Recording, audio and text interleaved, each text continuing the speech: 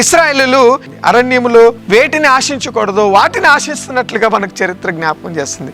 మానవునిగా మనకున్నటువంటి భయంకరమైన బలహీనత ఇదే. మనం ఎలాంటి అడుగుతామనంటే మనకు చాలా ఇష్టమైన మనం అడుగుతాం, వెంటనే మనం ఏం పరిశీలించమంటే అది దేవునికి ఇష్టమా కాదా అని మనం పరిశీలించాం. జాగ్రత్త ప్రియమైన బిడ్డలారా, చాలామంది ఈ సత్యాన్ని గమనించలేకపోతున్నారు. ఏదో ప్రభు ప్రార్థన చేయమన్నారు కదా అని కళ్ళు మూసుకుని మనకు మాత్రమే పరిమితం చేసే వాటిని మనం అడగటం ప్రారంభించాం అనుకోండి, అవి దేవుడు అంగీకరించాడు. ప్రియమైన బిడ్డలారా, మనము అడిగే వాటిని, ఆశించే వాటిని దేవునికి ఇష్టమైన వాటిగా ఉండాలి.